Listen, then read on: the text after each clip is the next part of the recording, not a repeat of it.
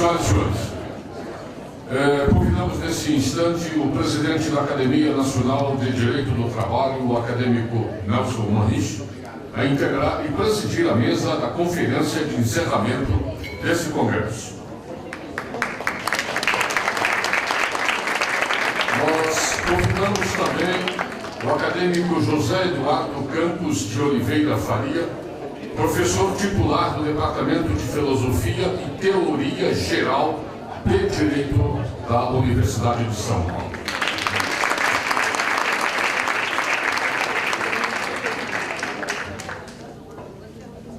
E com a palavra o acadêmico Nelson Manich. Eu quero confessar a todos vocês que eu me sinto em estado de graça. Eu nunca me senti tão feliz e realizado. Nunca enfrentei um desafio tão grande quanto esse. Mas desde o momento que nós cantamos o hino nacional, como disse a desembargadora, resgatamos o prazer de ouvir o hino nacional, aquela voz linda, maravilhosa, até esse momento eu vivi uma emoção profunda de perceber que nós tivemos aqui uma mesa melhor que a outra, um painel melhor que o outro. Se eu tivesse que fazer uma eleição, diria esse painel foi melhor, mas em seguida veio outro melhor ainda, até um grande final. E, com certeza, quem ficou até o fim vai ter um presente especial. Agora teremos a joia da coroa, teremos a conferência de encerramento desse homem que eu admiro tanto, que é meu colega na USP, só que não é do meu departamento. É o Departamento de Filosofia, professor titular, um dos cérebros que a USP tem. É um daqueles nomes que sustentam a USP como uma entidade, como uma universidade de ponta e de referência. Então, é com muito orgulho que eu dou a palavra ao nosso conferencista para que encerre com essa fala dele o nosso congresso de uma forma magistral. Muito obrigado, professor, por ter vindo nesse momento complicado, sexta-feira de tarde, a sua vida é muito complicada, conseguir um lugar na sua agenda foi muito difícil, mas muito obrigado mesmo, agradeço em nome dos congressistas, em nome da comissão, a sua presença aqui. Obrigado. Boa tarde a todos. É com imensa satisfação que atendi ao convite que foi formulado pelo professor Nelson Manich. É com imensa satisfação com a qual eu vejo, o que vejo vários ex-alunos ao longo do tempo foram optando pela área de direito do trabalho que se encontram, e também é bastante, digamos, significativa a possibilidade de se discutir algumas questões que foram propostas com relação ao direito do trabalho, ao futuro do trabalho, no momento em que nós vivemos uma significativa troca de agenda ao longo dos últimos 10, ao longo dos últimos 20 anos. Quando nós olhamos essa agenda, vamos dizer, que foi trocada na virada do século XX para o século XXI, nós podemos perceber que nessa troca nós tivemos um forte processo de, vamos dizer, economicização da agenda. A agenda vai se tornando cada vez mais econômica e isso vai tendo uma série de reflexos no que se refere aos direitos sociais de um modo geral e ao direito do trabalho de um modo específico. Quando nós olhamos ali a virada no âmbito do século XX para o século XXI, notadamente quando nós olhamos a prolongação da Constituição de 88, a agenda do Brasil era basicamente uma agenda voltada a crescimento econômico, distribuição de renda, constituição de dirigentes, uma constituição capaz de privilegiar determinados valores e determinados direitos. Ao mesmo tempo, também nós valorizávamos políticas públicas na área social, com uma forte preocupação de justiça distributiva e com pleno emprego. Quando nós olhamos a agenda que começa no século XXI, essa é uma agenda que empobrece o lado social e valoriza mais a interconexão financeira, estabilização monetária, autocomposição de interesses e autorregulação, os processos de privatização que por trás têm embutidos como contraponto estratégias de deslegalização, de desconstitucionalização de direitos, de flexibilização de direitos, de, vamos dizer, expansão do chamado setor público não estatal. Quando eu menciono essa troca de agendas, eu já começo, de alguma maneira, a entrar no tema que o professor Nelson Manriche me sugeriu. O tema, que é o futuro do trabalho, o direito do trabalho, no século XXI, pode ser desenvolvido de uma maneira rápida, a partir de 4 premissas que eu acho que são interessantes do ponto de vista de mapeamento da discussão, de, vamos dizer, de corte temático para que a gente possa depois discutir algumas questões. A primeira premissa é de que nós estamos vivendo um momento em que os direitos se encontram em fluxo. Não é? O que significa isso? Os direitos existem hoje, de um modo geral, naquilo que nós, no campo da teoria do direito, chamamos de estado de fluxo. E a determinação do seu conteúdo frequentemente resulta de complexos processos políticos, processos administrativos, processos tecnológicos, processos sociais, processos econômicos, processos judiciais, tanto em processos que têm uma dimensão local, mas também processos, que têm uma dimensão internacional. Na dinâmica desses processos, nós podemos perceber a atuação de vários grupos de interesse, grupos locais, grupos internacionais, grupos transnacionais, que contribuem para a fragmentação do sistema internacional em múltiplos e frequentemente contraditórios regimes jurídicos. E, além disso, nós também podemos ver disputas políticas na formação desses regimes jurídicos. A fragmentação e os conflitos de interesse que alimentam esses processos têm repercussões sobre a determinação do conteúdo dos direitos em diferentes países, entre eles o Brasil. A segunda questão, segundo a premissa que eu chamo a atenção, é que nesses, vamos dizer, direitos em estado de fluxo, em estado de mudança, nós temos algumas movimentações que são importantes. Por exemplo, a primeira movimentação é uma retomada do direito privado em detrimento do direito público. Se na agenda anterior, do século XX, principalmente depois da Segunda Guerra, nós tivemos um fenômeno de publicização do direito privado, o que nós estamos percebendo agora é um processo de reprivatização do direito.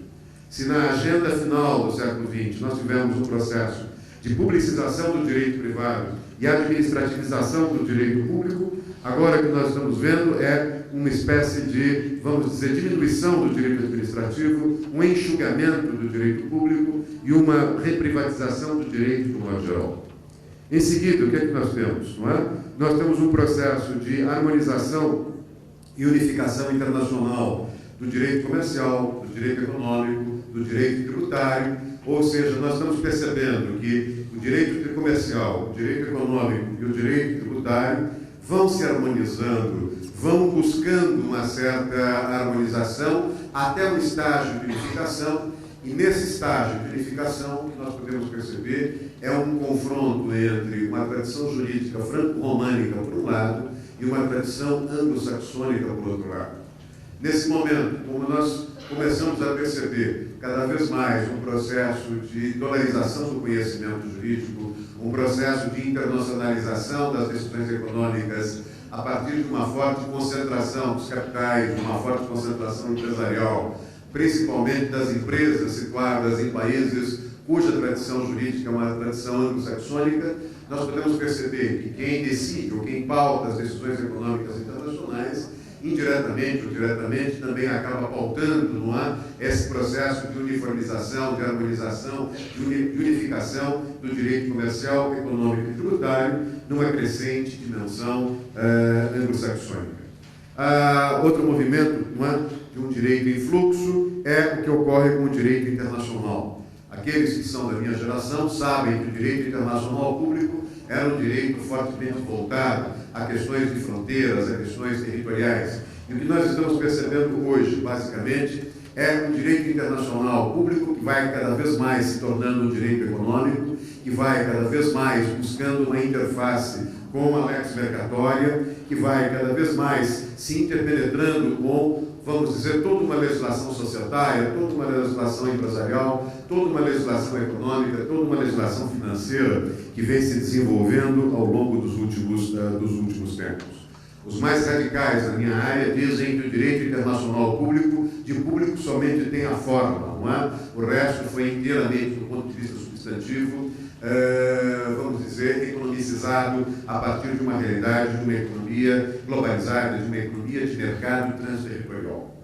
Uma outra mudança, um outro direito que se encontra em fluxo é também o direito processual. Com a perda da centralidade e da exclusividade dos tribunais, mediante a expansão de mecanismos extrajurisdicionais de resolução dos conflitos, notadamente a arbitragem, nós podemos perceber uma série de refluxos do direito processual. E esse refluxo encontra na emenda 45, aqui no Brasil, um marco bastante significativo. Nós temos com a emenda 45 a abertura para a súmula vinculante, para o princípio da repercussão geral e por aí vai, promovendo-se, acima de tudo, um conjunto de reformas judiciais que acabam, de uma forma ou de outra, simplificando, em alguns momentos, excessivamente, o acesso à justiça, em alguns momentos, quebrando a exclusividade do judiciário na resolução dos conflitos, ou seja, nós começamos a perceber cada vez mais a introdução de valores que, de certo modo, privilegiam muito a eficiência judicial, muito a simplificação e a desburocratização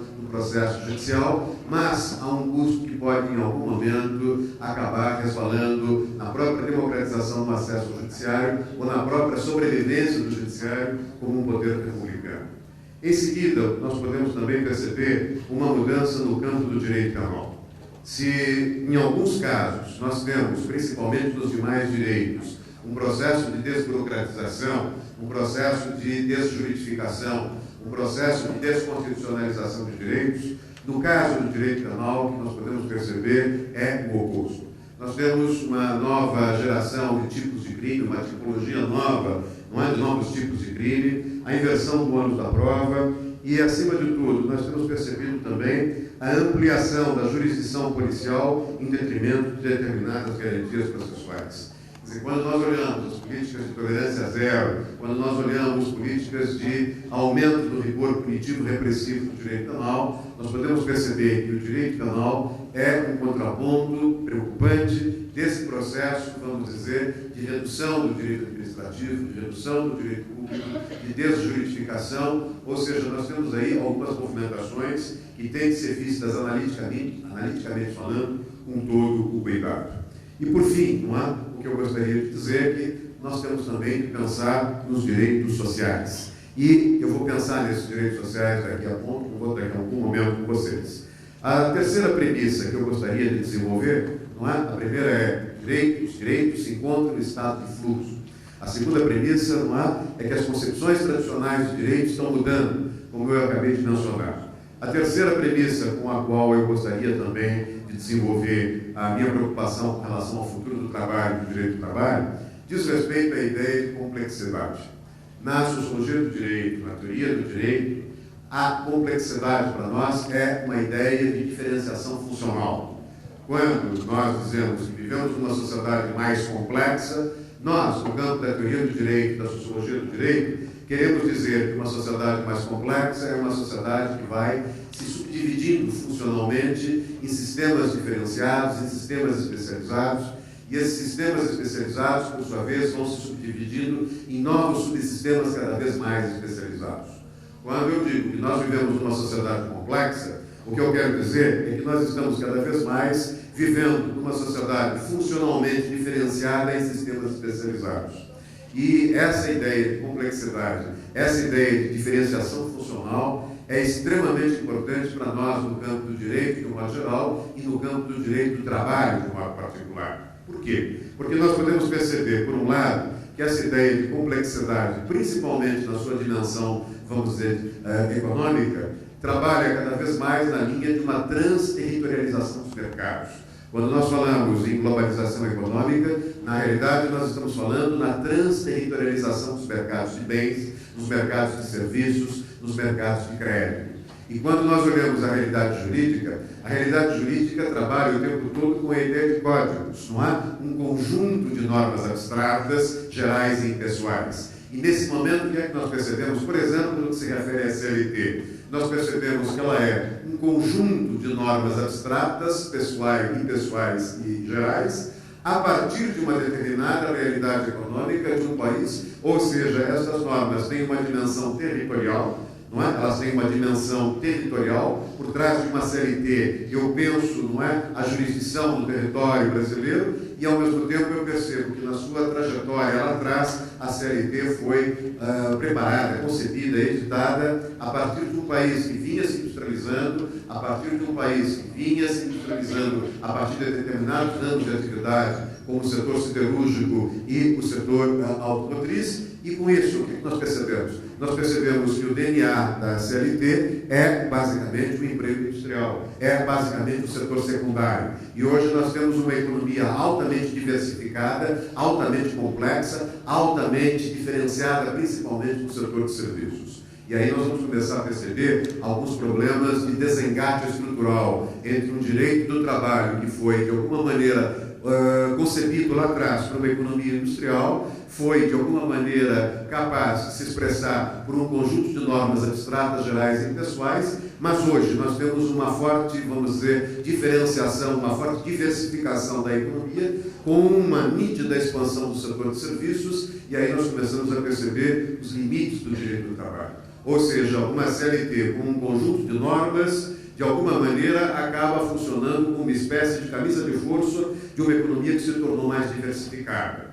Qual é o dilema? O dilema é que se nós reformarmos a CLT, procurando, de certo modo, manter o caráter dela como um conjunto abstrato de normas, nós teremos de aumentar de tal maneira a abstração das normas trabalhistas da CLT que elas perderão uma referência normativa. Por outro lado, não é? A alternativa é expandir as leis especiais, mas nós corremos o risco de certo modo, expandir de tal maneira as leis especiais que nós perdemos a visão de conjunto, nós perdemos uma dimensão de identidade programática, de identidade funcional, de identidade doutrinária no próprio direito do trabalho. Ou seja, a terceira premissa é uma premissa que mostra que os códigos, a ideia de código, a ideia de funcionalidade de código é limitada, que há uma forte proliferação de leis especiais no campo do direito do trabalho, mas o grande risco das leis especiais proliferadas é de que elas entrem num processo de metástase do sistema jurídico trabalhista, porque um excesso de leis não significa necessariamente mais segurança jurídica,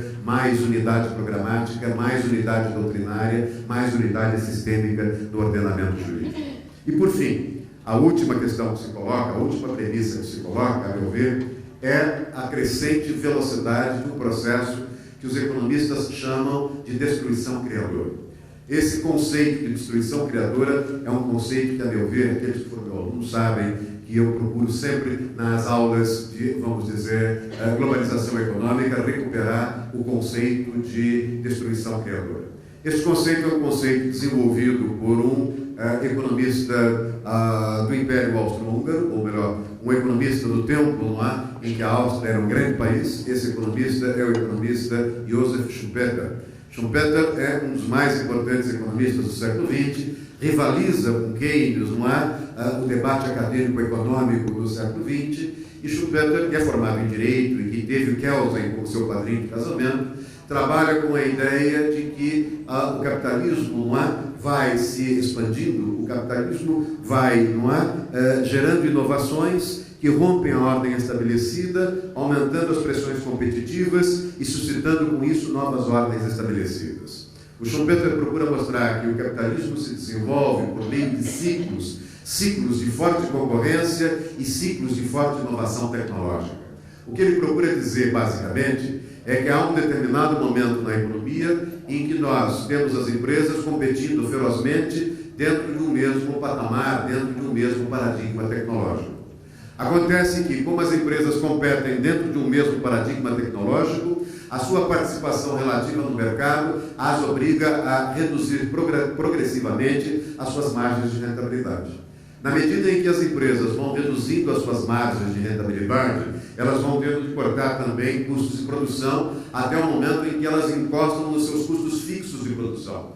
Ou seja, no momento em que elas encostam nos seus custos fixos de produção, elas não têm mais de onde cortar custo, elas não têm mais de onde cortar a margem de rentabilidade. Nesse momento, elas passam ou a operar no vermelho e quebram, ou elas inovam. Ele vai dizer, Schumpeter vai dizer, esse é o momento propício para a inovação tecnológica. Esse é o momento propício para a quebra dos paradigmas. Esse é o momento em que as empresas, diante do dilema quebrar ou inovar, acabam inovando um novo produto, uma nova estratégia de marketing, uma nova fonte de matéria-prima, uma nova logística de produção. E nesse momento as empresas inovadoras passam por um período monopolizador, só elas detêm a nova tecnologia, e o prêmio da inovação é o que os economistas chamam de lucro de monopólio. Ou seja, nesta fase de quebra do paradigma tecnológico, o que é que nós vamos perceber? Nós vamos perceber que as empresas ou quebram ou inovam, muitas quebram, as poucas que inovam passam por um período em que elas dominam a nova tecnologia, ficam sozinhas no mercado, obtêm lucros de monopólio. O que acontece com as suas concorrentes? As suas concorrentes, por falta de alternativa, não têm outra saída a não se migrarem para uma nova tecnologia. No momento em que nós migramos para uma nova tecnologia, nós voltamos ao status quo anterior. Um status quo em que todas as empresas acabam assimilando uma mesma tecnologia, acabam disputando posições de mercado com base naquela tecnologia, sendo obrigadas a reduzir gradativamente a margem de rentabilidade e os custos de produção. Em outras palavras, vai dizer Schumpeter, o capitalismo se desenvolve em fases de grande competitividade e redução da margem dentro do mesmo paradigma tecnológico, e ao mesmo tempo nós temos momentos em que há grandes inovações e quebras de paradigma. E o problema todo é que os economistas políticos, aqueles especialistas em economia política, o próprio Schumpeter, pensaram que essas ondas seriam sempre ondas longas, na altura que eles pensaram isso, ondas de 100, 120, 130 anos. Nós teríamos as chamadas ondas, ciclos ou fases de economia em forte processo competitivo de 100 a 120 anos e fases de inovação com lucros de monopólio, basicamente também na faixa dos seus 100 anos. O que é que os economistas não previram? Eles não previram que essas fases, essas ondas seriam cada vez mais encurtadas e que a velocidade desse processo de destruição criadora se daria, não é, vamos dizer, num ritmo cada vez mais alucinante. Para vocês terem uma ideia do que eu quero dizer, quando nós olhamos as ondas por trás da Revolução Industrial, nós temos a primeira onda, que foi com a quebra dos paradigmas no setor têxtil e no setor de minério, extração de minério de ferro, ou seja, que foi a quebra trazida pela introdução da força hidráulica. Isso vai se dar em 1785. A segunda quebra de paradigma na Revolução Industrial é com a introdução das máquinas a vapor, o que permite, num determinado momento, a expansão da economia, a interiorização da economia através das ferrovias e a transformação do minério de aço, do minério de ferro em chapa de aço, em aço, o que permite também uma forte expansão do setor siderúrgico. Isso vai se dar em 1845. A terceira grande quebra de paradigma vai se dar com a introdução da eletricidade e a expansão do setor químico do ponto de vista da Revolução Industrial, e aí nós vamos ter um motor da combustão interna, e isso vai se dar em 1900. A quarta quebra de paradigma, o quarto ciclo em quebra de paradigma é a expansão do setor petroquímico, a expansão da aviação comercial em 1950. A última grande quebra de paradigma se dá exatamente com o eixo eletroeletrônico, com a informática, na altura de 1990, com a forte expansão das redes digitais, das novas mídias, de softwares e por aí vai.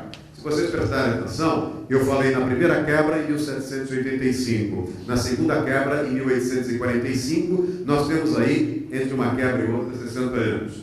A segunda quebra vai se dar de 1845 a 1900. Já percebo que a destruição criadora cai para 55 anos.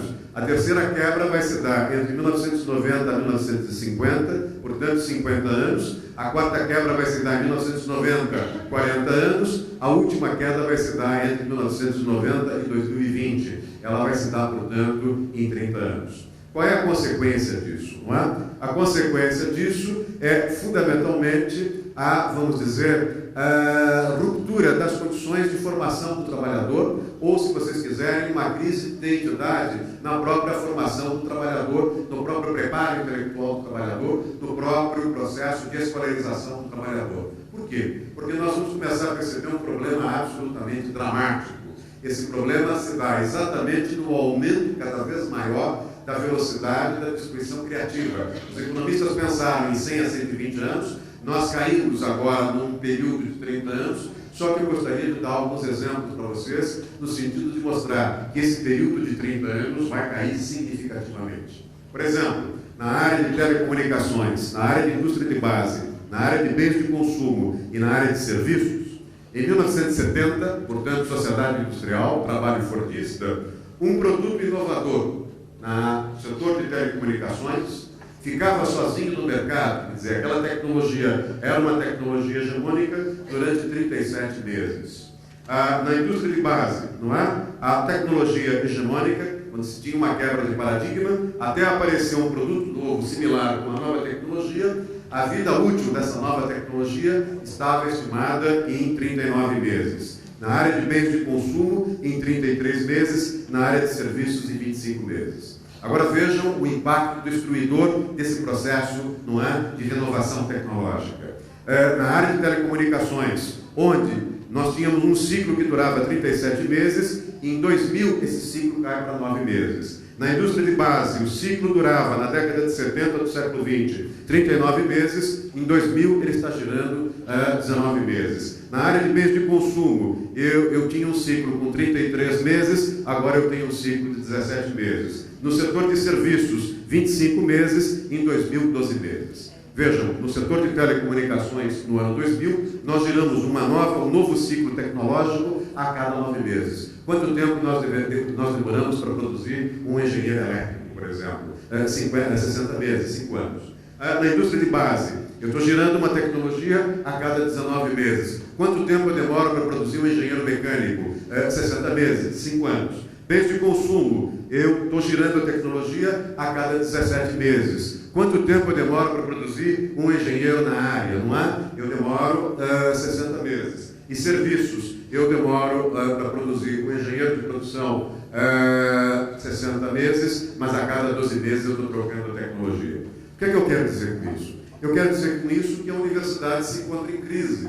Eu quero dizer que os órgãos encarregados de preparar o trabalho, de qualificar o trabalhador para o trabalho, basicamente começam a enfrentar uma crise de identidade. De um lado, eu tenho com a destruição criadora de um ritmo alucinante e os paradigmas durando prazos cada vez menores, eu tenho um sucateamento constante das profissões por um lado e a emergência de novas profissões por outro lado. Mas eu não tenho uma universidade, eu não tenho um sistema educacional que foi reestruturado para dar conta desse processo de formação de novos profissionais dentro de um ritmo alucinante da destruição criadora. Com isso, a universidade entra em crise. A universidade se, de alguma maneira, estruturou em cursos de graduação, de um lado, e cursos de pós-graduação, por outro lado. Os cursos de graduação são cursos que se subdividem em atividades propedêuticas e em transmissão das teorias gerais e, finalmente, na especialização. E os cursos de pós-graduação são cursos de capacitação. Hoje, com essa velocidade que eu mencionei, alucinante da destruição criadora, quando eu faço estágio precocemente, ou seja, quando eu tenho uma atividade de primeiro ano que é propedêutica, vou para o segundo ano e escolho um estágio e me especializo precocemente, isso significa que eu serei sucateado também precocemente, não é? Isso significa, portanto, o quê? Isso significa que eu já não consigo mais pensar o trabalho universitário, a graduação, basicamente nessas três dimensões, nessa tríplice dimensão. Primeiro, a propedêutica para dominar uma linguagem e dominar uma base teórica. Depois, as teorias gerais, no nosso caso, teoria geral do direito público, teoria geral do processo, teoria geral do direito privado. Depois, a dogmática jurídica, civil, comercial, penal. Quer dizer, agora nós começamos a perceber que nós corremos contra o tempo. A mesma coisa também ocorre no que se refere à pós-graduação, que, de certo modo, vai sendo reestruturada como um curso de capacitação e atualização tecnológica dentro da ideia da substituição dos mestrados acadêmicos tradicionais pelos mestrados sequenciais ou mestrados profissionalizantes, que, de alguma maneira, procuram suprir as nossas lacunas como profissionais. Dadas essas premissas, o que é que eu quero dizer? Não é? Primeiro, nós temos um direito que hoje vive em estado de fluxo. Segundo, as concepções tradicionais de direito estão sendo inteiramente sofrendo uma metamorfose. Terceiro, nós vivemos numa sociedade cada vez mais complexa que vai se diferenciando funcionalmente em sistemas especializados. E, em quarto lugar, nós vivemos sob a égide de um processo de destruição criadora do ponto de vista tecnológico que tem duas consequências. Uma é o sucateamento precoce de determinadas profissões e a outra é a crise dos mecanismos de formação do trabalhador, a crise dos mecanismos de escolarização do trabalhador.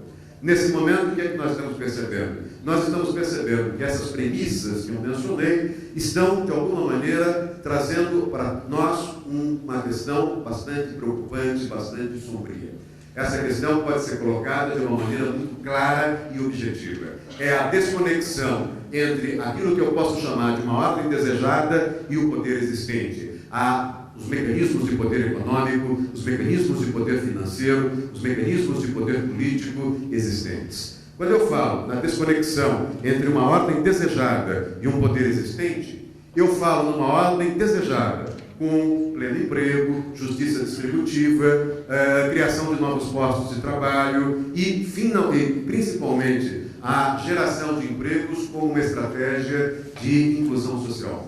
No entanto, quando eu vejo essa ordem desejada a partir de políticas de pleno emprego, geração de trabalho, criação de emprego como forma de inclusão social, eu percebo que nós nos distanciamos significativamente daquilo que eu chamo de um poder existente. Nós vamos perceber um hiato, e isso que eu gostaria de chamar a atenção de vocês, entre essa ordem desejada, onde nós temos alguns mecanismos, onde nós temos algumas preocupações de natureza social, algumas preocupações em termos de solidariedade social, de inclusão social. De outro lado, nós temos um poder existente. O que é esse poder existente? Primeiro, a financiarização dos capitais, não é? O crescente deslocamento, o deslocamento da riqueza concreta para uma riqueza abstrata. Para vocês terem uma ideia do que eu quero dizer, não é? Em 1970, 80% dos investimentos mundiais eram investimentos produtivos, ou seja, investimentos produtivos e, portanto, potencialmente geradores de emprego.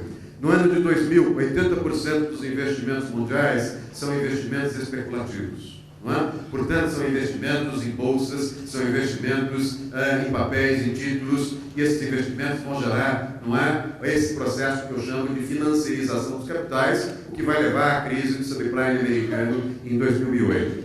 Para vocês terem uma ideia do impacto disso no Brasil, em 1990, nas empresas industriais, vejam bem, só setor industrial, em 1990, 10% do faturamento bruto das empresas industriais brasileiras vinham de atividades de tesouraria.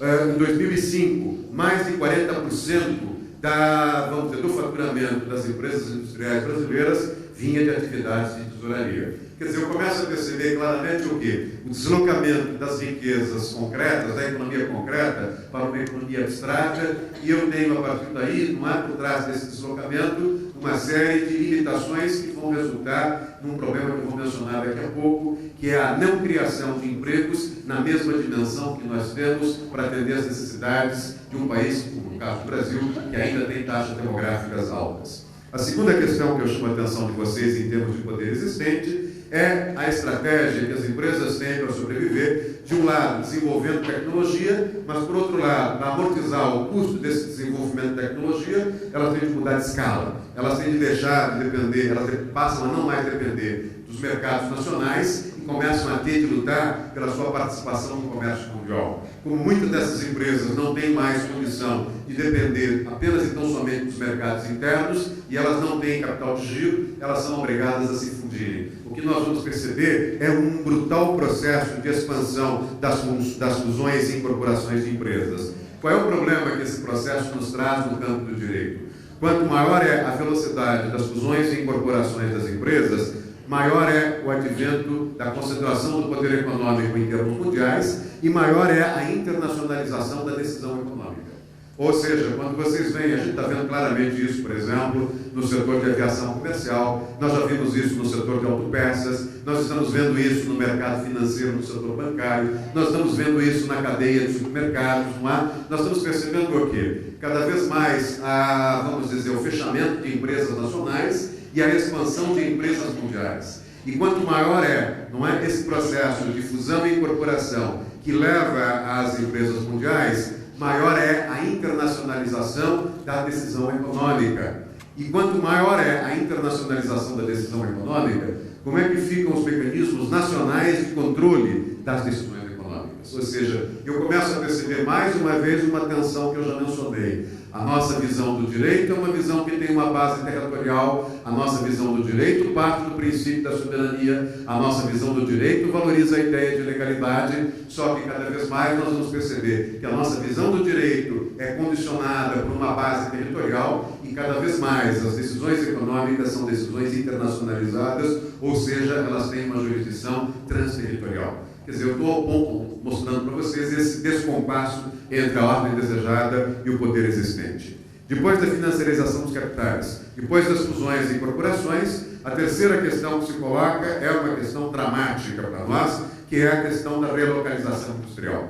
A questão da relocalização industrial nada mais é do que a tentativa que as empresas têm para sobreviver nesse processo de acirramento das disputas comerciais, em que elas têm de cortar a margem de rentabilidade e cortar os seus custos, elas não têm outra alternativa a não ser buscar vantagens comparativas. E como elas buscam vantagens comparativas? Informatizando as linhas de produção, operando o maquinário a partir de tecnologia mais leve e mais, vamos dizer, flexível, e com isso elas conseguem facilmente transportar o seu maquinário de uma cidade onde o custo de produção é alto para uma cidade onde o custo de produção é baixo, de um estado para outro estado, de um país para outro país, de um continente para outro continente. Recentemente os jornais mostraram, por exemplo, que a General Motors, das 8 linhas de produção em São José dos Campos, no Vale do Paraíba, fechou 7, não é? E procurou reinstalar uma das unidades em Joinville, uma das unidades em Gravataí, as demais em São Caetano.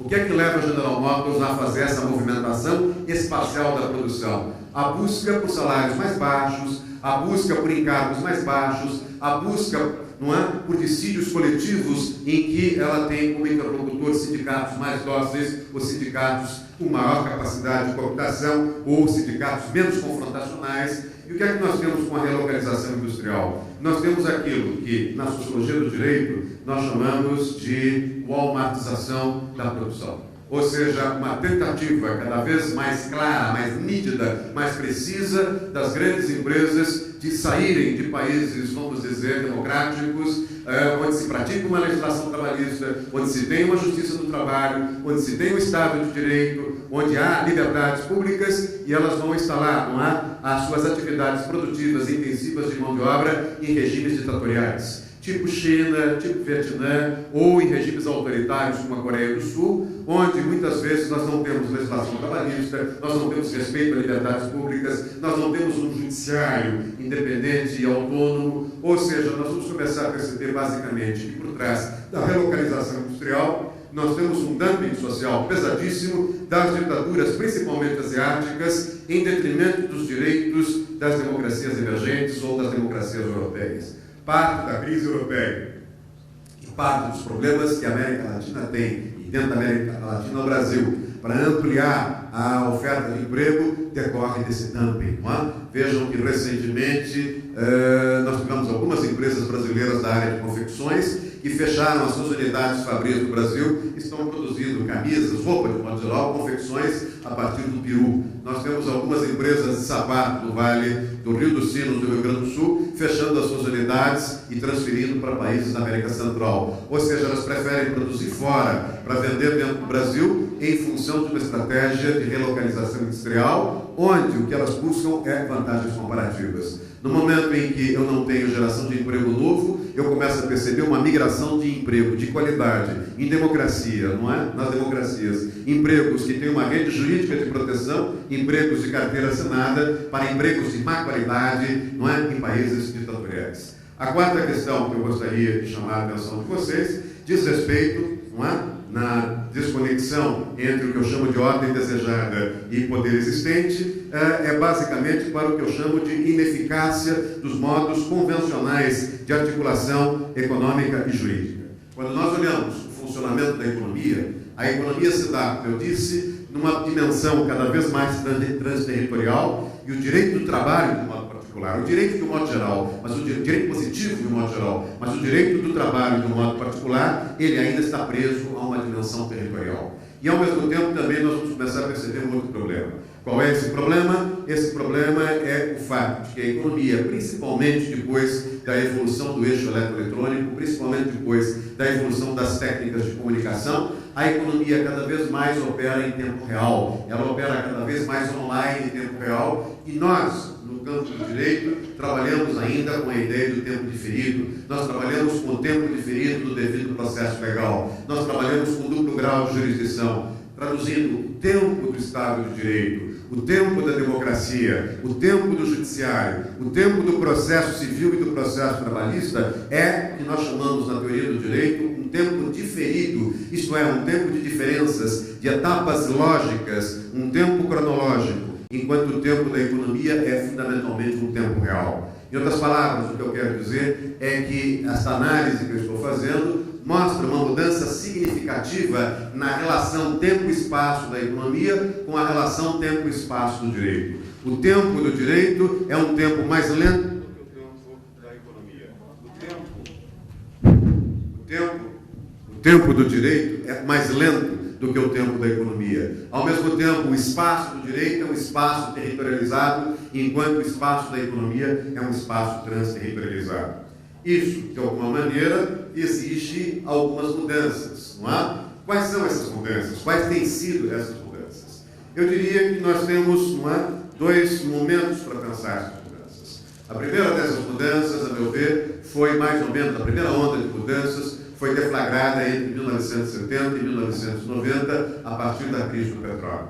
Quando vocês têm a crise do petróleo de 1972 a 1978, vocês têm uma mudança que atinge a matriz energética de todo aquele capitalismo social-democrata ou daquele welfare state que está por trás da recuperação do capitalismo após o término da Segunda Guerra Mundial. Nós vamos ter 30 anos gloriosos de sociedade industrial, de pleno emprego, de regimes social-democratas, de expansão dos direitos sociais. A partir da crise do petróleo de 1972 a 1978, nós temos uma trava no comércio mundial, nós temos a ruptura das condições de funcionamento da economia, uma preocupação de natureza social-democrata, e isso vai gerar todo um conjunto de reformas, e essas reformas vão acabar, de alguma maneira ou de outra, diminuindo o tamanho do Estado, levando o Estado a se privatizar alguns serviços estratégicos, e com isso o que é que nós percebemos? Nós percebemos, no primeiro momento, um processo de desconstitucionalização de direitos, um processo de deslegalização de direitos. No campo do trabalho, as primeiras propostas de flexibilização do direito do trabalho, a partir da ideia de que o negociado deveria prevalecer sobre o estatuto. Em outras palavras, o que eu quero dizer é que nós tivemos um processo de enxugamento do direito. Nós tivemos um processo de redução do direito. E no momento em que nós tivemos um processo de enxugamento e redução do direito, o direito que antes era um direito intervencionista da sociedade, ele diminui o seu potencial de intervenção e gera um vazio. E esse vazio é imediatamente preenchido pela capacidade autorregulatória das cadeias produtivas e pelo potencial autorregulatório de sindicatos, igrejas, movimentos sociais e organizações não governamentais. Esse é o movimento que nós chamamos na sociologia do direito, na teoria do direito, de uma fuga para baixo. Ou seja, nós vamos perceber que o Estado diminui a sua presença, diminui o seu tamanho, procura evitar o excesso de intervenção da sociedade e, com isso, ele tenta revitalizar o que a gente vai chamar de uma economia de mercado e, por trás dessa economia de mercado, a capacidade autorregulatória das empresas, das cadeias produtivas, os códigos de boa conduta, lex mercatória e coisas do gênero. A partir do século XXI para cá, ou seja, depois da primeira geração de reformas, nós temos um segundo tipo de fuga. Se a primeira fuga foi uma fuga para baixo, ou seja, o Estado joga para a sociedade, não é, a responsabilidade pela autorresolução de determinados conflitos. Por outro lado, a partir de 1900, a partir de 2000 para cá, nós temos uma fuga para cima, ou seja, um deslocamento de parte das decisões jurídicas de fora do país ou para fora do país, de dentro para fora do país. Nós temos uma crescente presença de novos centros de poder, de organizações, vamos dizer, multilaterais, procurando de uma forma ou de outra estabelecer o que é o direito, ou procurando de uma forma ou de outra, dentro da estratégia de uniformização do direito, legislar para os países. Nós vamos perceber isso, por exemplo, com a OCDE legislando em matéria de direito penal e lavagem de dinheiro. Nós vamos perceber a Organização Mundial do Comércio tomando um pouco o espaço da Organização Internacional do Trabalho, ou seja, discutindo salvaguarda trabalhista em acordos de comércio. Nós vamos começar a perceber uma divisão funcional da produção do direito mundial. Moeda fica com o Fundo Monetário, desenvolvimento fica com o Banco Mundial, banco fica com o Banco de Compensações Internacionais, a OCDE fica com o sentido de calibrar o planejamento da economia mundial. E com isso, o que é que nós temos? Nós temos uma série de efeitos, uma série de consequências. Muito rapidamente, porque eu já estou totalizando o tempo que o professor Nelson me deu, nós temos os seguintes efeitos. Primeiro, heterogeneização das relações salariais. Ou seja, nós vamos perceber que, ao contrário do que se imaginava, que era uma união dos trabalhadores, nós vamos ter um processo de, vamos dizer, heterogeneização das relações trabalhistas. Aqueles trabalhadores monoqualificados ou semi-qualificados vão ser atingidos pelo sucateamento das especializações e serão ou despedidos ou serão terceirizados. E aqueles trabalhadores que têm um alto nível de escolaridade, os trabalhadores pós-cordistas que têm uma formação de natureza interdisciplinar, passam a ter uma nova forma de trabalho, um novo regime de trabalho, melhor dizendo, passam a ganhar mais e, ao mesmo tempo, nós vamos ter com isso um hiato nas relações salariais, ou um fosso nas relações salariais. Portanto, o primeiro efeito é a heterogeneização das relações salariais. O segundo efeito é a precarização do trabalho, mediante o uso abusivo das estratégias de terceirização. Terceira consequência, que, a meu ver, é dramática: o esvaziamento dos modelos social-democratas de transformação social e política.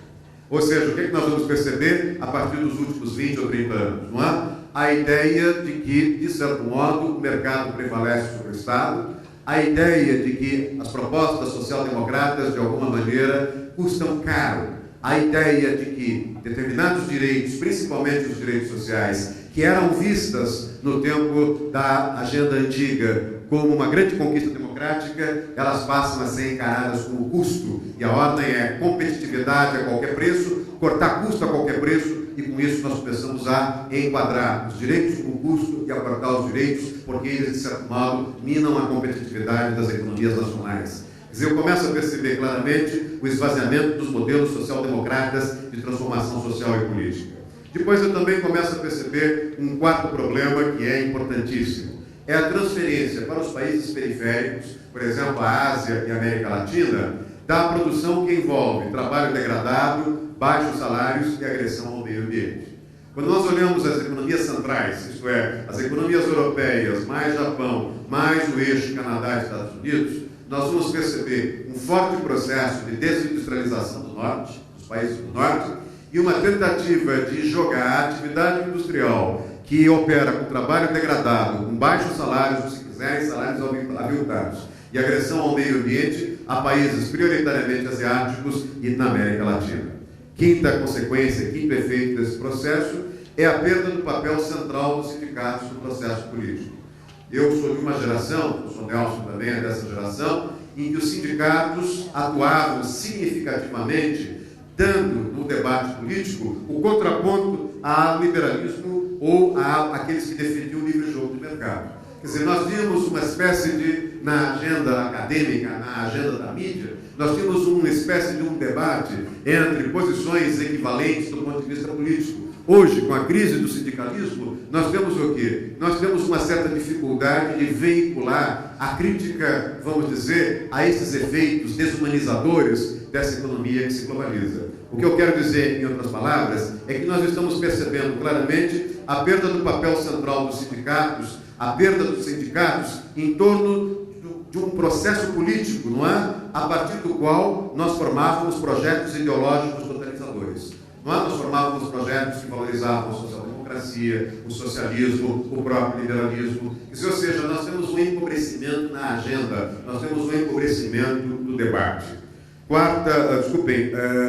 Sexta consequência, eu devo ter mais duas consequências apenas. A sexta consequência é, a partir de tudo que eu falei, o enfraquecimento do tripé. Esse tripé é determinado pela ideia de Estado Nacional, pela ideia de indústria nacional, pela ideia de sociedade civil, que garantia a direção política, que garantia a identidade nacional, que garantia a coesão social até o final do século XX. Quando eu vejo a transição da democracia, a transição da ditadura para a democracia no Brasil, quando eu vejo a Constituição de 88, ela é fruto desse tripé. O Estado nacional, uma burguesia nacional, sociedade civil, todas se articulando a partir de um país com uma identidade democrática, com uma identidade nacional, com uma preocupação de se garantir a coesão social. Hoje, o que é que nós temos? Nós temos a ruptura desse tripé.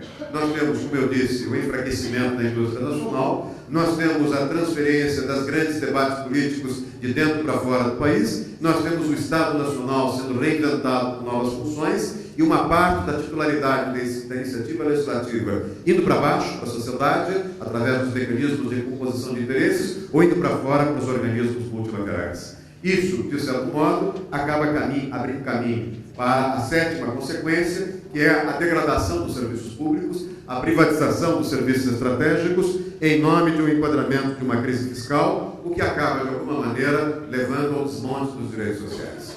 A última consequência desse processo é um debate que nós, na área do direito, não somos muito sensíveis para perceber o seu perigo. Esse debate é debate entre, por um lado, a ideia de direitos universalizados e as políticas ou estratégias de focalismo. O que quer dizer isso? Todos vocês sabem o que significa a universalização dos direitos. Todos nós olhamos a Constituição e a Constituição diz que todos são iguais perante si, todos são iguais perante a lei, e a partir daí a Constituição vai nos lembrar o tempo todo, vai nos advertir o tempo todo para uma máxima. Essa máxima vocês podem, ao sair aqui, entrar na Avenida Paulista e encontrarem em cada ônibus. É dever do Estado e direito do cidadão um transporte de qualidade. É dever do Estado e direito do cidadão uma educação pública de qualidade. É dever do Estado e direito do cidadão uma assistência social de qualidade. Ou seja, nós trabalhamos com a ideia da universalização dos direitos. Mas como a universalização dos direitos, a efetivação dos direitos, implica custo, o que nós estamos percebendo agora é uma tentativa, através das estratégias de privatização, de eliminar, digamos assim, esses custos, substituindo os direitos universais por políticas de focalismo. Em outras palavras, não existem recursos orçamentários do poder público nas prefeituras e estados de União para se sustentar as políticas públicas de educação, segurança, transporte, etc, etc. Qual é a estratégia das políticas, qual é o objetivo das estratégias de focalização? Nós pegamos esses recursos escassos e direcionamos esses recursos escassos num público-alvo muito bem definido, recortado a partir da linha da pobreza, ou se quiserem, da linha da miséria. Para esses eu dou um voucher, para esses eu dou um ticket, nos moldes de um vale-refeição, de um ticket de transporte, de uma bolsa escola, de uma bolsa família. E a partir daí eu crio a figura de uma renda mínima de integração. Para os demais, tudo passa a ser privatizado, para os demais, todos os serviços passam a ser privatizados e, portanto, pagos. É isso que explica a crise portuguesa, é isso que explica os movimentos de rua na Itália e os movimentos de rua que vocês têm visto na Espanha. Não é? Eu estive há 4, 5 meses conduzindo um seminário na Universidade de Coimbra e já se podia perceber uma movimentação de rua exatamente contrária a essa estratégia de substituição, de uma universalização dos direitos por políticas de focalismo ou políticas de focalização. Com isso, não é? Eu, de certo modo, procuro mostrar a vocês que nós estamos vivendo num momento, vamos dizer, de preocupação com relação ao futuro dos direitos. Não é? Para onde nós estamos indo? Num determinado momento, nós estamos vindo, não é? De um período histórico em que nós expandimos os direitos. No caso do Brasil, significativamente, nós saímos de uma ditadura e reafirmamos não apenas os direitos básicos de primeira geração, não é? Liberdade de opinião, liberdade de manifestação do pensamento, mas nós também caminhamos na linha dos direitos de segunda geração, que são os direitos sociais. E hoje, o que é que nós estamos percebendo? Nós estamos percebendo que depois de um período de expansão das liberdades públicas com a queda da ditadura, depois de um período de expansão dos direitos sociais com a Constituição de 88, depois de um período em que o direito era visto como conquista política e como instrumento de legitimidade da sociedade, Hoje, nós estamos vendo que os direitos são encarados como custo. E nesse momento em que os direitos são encarados como custo, o que nós percebemos é um risco de revogação desses direitos por meio dessas estratégias de desconstitucionalização, de deslegalização, de flexibilização, de reformas judiciais, de expansão do focalismo e aquilo que eu chamei de dolarização do pensamento jurídico, ou seja, uma crescente presença dos valores jurídicos, dos institutos jurídicos, das normas, do arcabouço jurídico anglo-saxônico em detrimento das nossas tradições franco-românicas. Nesse momento, não é? O que nós temos é, de certo modo, de observar a cena e perceber que, se por um lado não dá para avançar, por outro lado, a questão que se coloca é o que é que nós temos de evitar em termos de perda. Ou seja, de um lado, eu percebo que neste momento nós não temos, na desconexão entre a ordem desejada e o poder existente, condições de avançar com os direitos. Nós temos, portanto, de olhar para o outro lado. Nós vamos perder direitos, mas quais direitos nós não admitimos perder? Quais os direitos nós, de certo modo, podemos negociar? Não é para onde caminha esse processo de renovação do arcabouço jurídico e renovação dos sistemas jurídicos? Como é que se recoloca essa questão dos direitos no momento em que nós temos, não há, grandes problemas, a começar pelo dumping das ditaduras asiáticas com relação a, vamos dizer, as democracias, principalmente as democracias periféricas? Se nós olharmos com um olhar mais crítico à Organização Mundial de Comércio, nós vamos perceber que não dá para ser maniqueísta, não é? Colocar no banquinho e fazer um discurso contra o capitalismo e contra o neoliberalismo. Não é isso que eu estou propondo. Não é? Eu estou propondo olhar mais analiticamente e perceber certas nuances que vão, de alguma maneira, caminhar na linha de uma renovação de alguns direitos que para nós são vitais, são tão vitais quanto o ar que nós respiramos. Eu chamo a atenção para um dado que é importante. Da mesma maneira como a Organização Mundial do Comércio pressiona países como França, Brasil e Venezuela a reformarem as suas legislações trabalhistas, reduzindo, não é, parte da legislação trabalhista em nome da tese de que o negociado deve valer sobre o estatuto, a mesma Organização do Comércio força os países asiáticos a adotarem uma, vamos dizer, legislação trabalhista. Na China, a legislação trabalhista foi imposta, não sei se ela é eficaz ou não, se ela pegou ou não, mas ela foi imposta por meio de 3 leis trabalhistas introduzidas por pressão do OMC em 2008. E desde que nós tivemos a introdução dessas leis trabalhistas em 2008 na China, o custo da mão de obra chinesa aumentou 25%. O que é que vocês estão percebendo? A Organização Mundial do Comércio pressiona países democráticos ocidentais a reformarem a sua legislação trabalhista dentro de uma estratégia de diminuir o custo de produção, diminuindo o custo do trabalho. E, ao mesmo tempo, eles fazem um movimento inverso. Nas ditaduras, eles querem o quê? Eles querem a introdução de uma legislação do trabalho para introduzir, não é, um custo trabalhista nessas ditaduras. A OMC não é formada por freirinhas, a OMC não é uma Santa Casa de Misericórdia, ela é pragmática. O que é que a OMC está querendo? Ela está querendo buscar uma equivalência, não é, no direito do trabalho. Ela quer, de certo modo, criar um direito do trabalho onde não existe, diminuir o direito do trabalho onde ele já existe, para que eu tenha uma equivalência do direito do trabalho no mundo todo, ou seja, é uma estratégia sutil de universalização do direito do trabalho. Com isso, a OEC, seus arquitetos, os seus burocratas, imaginam que conseguiriam manter o direito do trabalho e, ao mesmo tempo, fechar as portas para o dumping social. Nesse momento, nós estamos exatamente verificando esses movimentos, e esse é o momento em que nós temos, de certo modo, na academia, nós professores, e vocês, operadores de direito, de olhar essa realidade com toda a atenção. Antes de criticar, nós temos que saber exatamente mapear o estado da arte, identificar as alternativas em jogo, saber claramente aquilo que para nós é inegociável e saber aquilo que nós temos de negociar. Eu termino agradecendo vamos dizer, ao honroso convite que me foi formulado e termino não fazendo nenhum encômio do ponto de vista de, vamos dizer, crítica ao liberalismo, defesa de outras posições.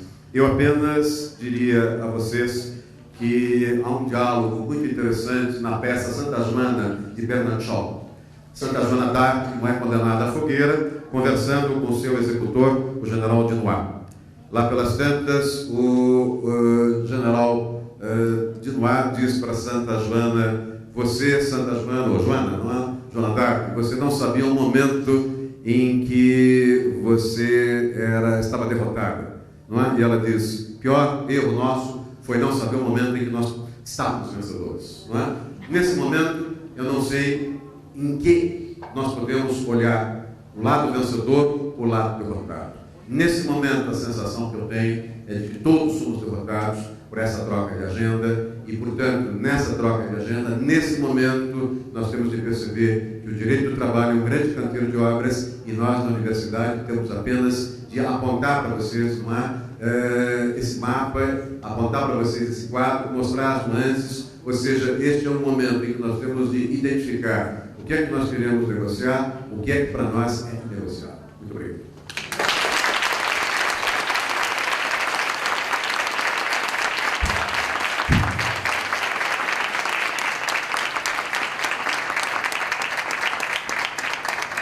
Em nome da academia, em nome dos organizadores desse congresso, eu quero agradecer ao professor José Eduardo Faria por essa conferência que encerra de forma brilhante o nosso congresso.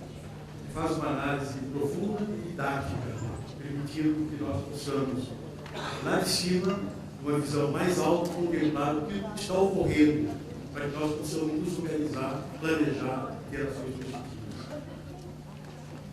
Eu fico realmente impressionado, sempre fico, com essa capacidade que o professor Eduardo tem de fazer essa análise tão profunda e não é por nada que ele é um filósofo, um grande pensador, aquele que nos mostra pontos de reflexão para que nós não nos percamos dessa agenda de construção de um direito de trabalho voltado para a realidade desse mundo em curso. Eu quero aproveitar para agradecer, em primeiro lugar, a presença de vocês. Alguns não puderam ficar, nós tivemos aqui no primeiro dia do professor ontem, mais de 500 pessoas voltando desse auditório, pessoas lá fora. Então, os que ficaram até o final foram brindados com essa conferência e excedeu as expectativas. Agradecer aos conferencistas que vieram do Dom, que vieram do Ailson, Eduardo, agradecer os painelistas, agradecer os confrades que aqui compareceram, os dirigentes da academia, os que são hoje ex-presidentes, a comissão organizadora, o governador Walter Florido e hoje o Frediani. Quero agradecer muito o trabalho da Denise, incansável. Quero agradecer os nossos patrocinadores, Bradesco, Caixa Econômica, Banco do Brasil, Maxud, Itaú, Santander, Mercantil do Brasil e a Gol. Quero agradecer o apoio dos nossos patrocinadores, dos nossos co-organizadores, a MACRA, a ASP e essas entidades todas que vocês já ouviram falar, em modo especial, Alex Magista. Eu acho que nós cumprimos nossa missão de forma profissional. Nós temos uma agenda e cumprimos a agenda no horário. Nós tivemos o professor, o nosso colega confrade, ministro Ramos, está doente. E o Lima Teixeira também está doente. São fatores que nós não podemos contar com eles e justificamos a ausência deles. Sentimos, lamentavelmente, a ausência desses dois grandes companheiros, colegas da academia. E agradeço mais uma vez a presença de todos vocês que foram o objeto, que são a razão de ser da academia. Muito obrigado. Boa noite.